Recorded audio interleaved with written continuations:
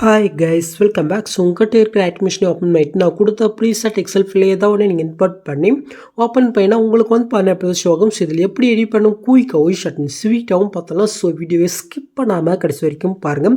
ரொம்பவே தான் குயிக்காக பார்த்தலாம். ஜஸ்ட் நீங்கள் வந்து பண்ணால் ஃபஸ்ட்டு மூவ் பண்ணிக்கொள்ளனாக்கா ஸோ உங்களுக்கு வந்து பண்ண ஷோகம். நீங்கள் வந்து பண்ண பிரிவில் பார்த்துருங்க. ஸோ இந்த இடத்துல வந்து பார்த்தா அந்த கப்பல் இமேஜ் வந்து பார்த்தீங்கன்னா ஆட் ஆகிருக்கும். ஸோ இது எப்படி ஃபிக்ஸ் பண்ணு ஃபஸ்ட்டு பார்த்துலாம். ஸோ அதுக்கு வந்து பண்ணால் ஃபஸ்ட் ஸ்டார்டிங் வந்துட்டு ப்ளஸ்ஸும் கொடுத்து மீடியா கொடுத்து இந்த இமேஜ் வந்து பண்ண மெட்டில் கொடுத்துருக்க நீங்கள் வந்து பண்ணால் நீங்கள் டவுன் பண்ணிக்கோங்க. ஓகே, ஸோ ஜஸ்ட் நீங்கள் ஆட் பண்ணிட்டு அப்படியே நீங்கள் லாங் ப்ரெஸ் பண்ணி கீழே மூவ் பண்ணி கொண்டு வாங்க.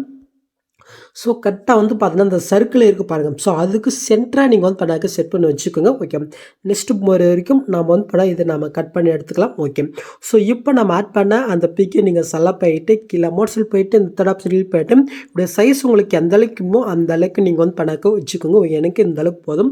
ஓகே, ஜஸ்ட் இதில் வந்து பண்ண ஒரு சின்ன எஃபெக்ட் மட்டும் நம்ம ஆட் பண்ணலாம். ஸோ அதே தேர்ட் ஆப்ஷனில் ஃபஸ்ட்டில் ஒரு கீ ஃபேம் கொடுத்துங்க, லாஸ்ட் ரெண்டில் ஒரு கீ ஃபேம் கொடுத்துங்க.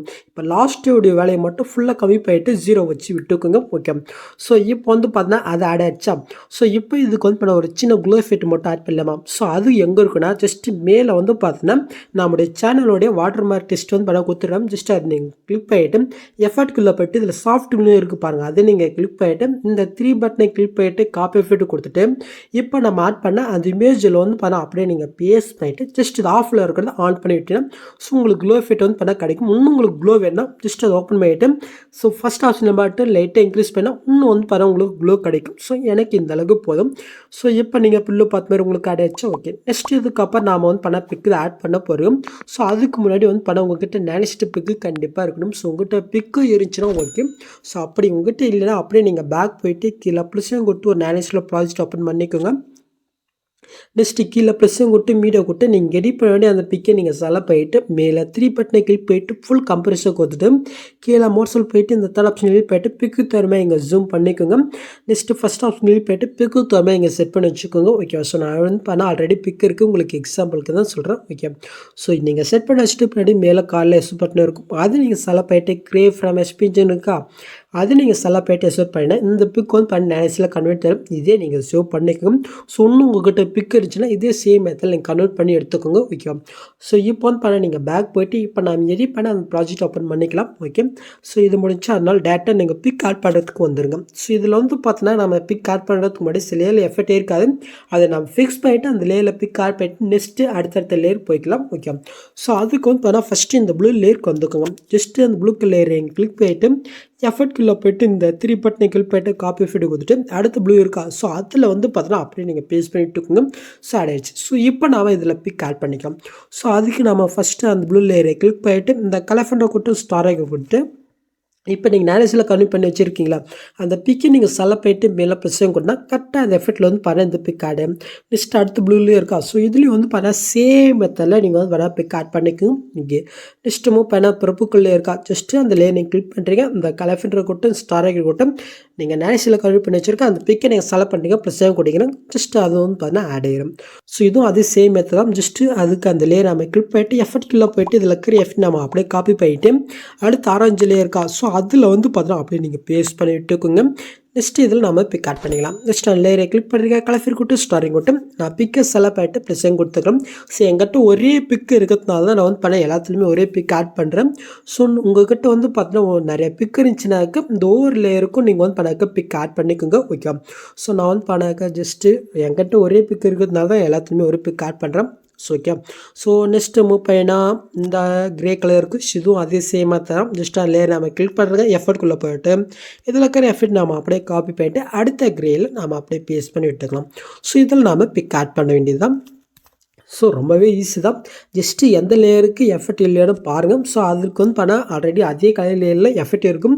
ஸோ அதை ஜஸ்ட்டு நீங்கள் காப்பி பண்ணி பேஸ்ட் பண்ண போகிறீங்க, அவ்வளோதான். ஓகேவா. ஸோ ஓகே ஜஸ்ட் இது ஆட் ஆச்சா. நெக்ஸ்ட் வந்து பார்த்தீங்கன்னாக்க இப்போ பொருட்கள்ல இருக்குது. ஸோ இதுவும் அதே சேம் மெத்தட் தான். இதில் இருக்கிற எஃபெக்ட் நம்ம அப்படியே காப்பி பண்ணிவிட்டு அடுத்த பொருட்களில் அப்படியே நம்ம பேஸ்ட் பண்ணி எடுத்துக்கலாம். ஜஸ்ட்டு நாம் இதில் பிக் ஆட் பண்ணிக்கலாம்.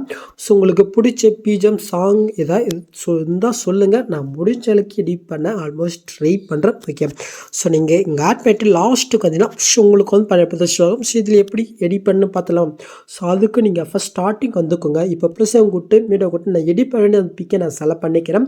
ஓகே ஜஸ்ட் லாங் ப்ரெஸ் பண்ணி இந்த லேயர் கீழே நீங்கள் கொண்டு வந்து வச்சுக்கோங்க.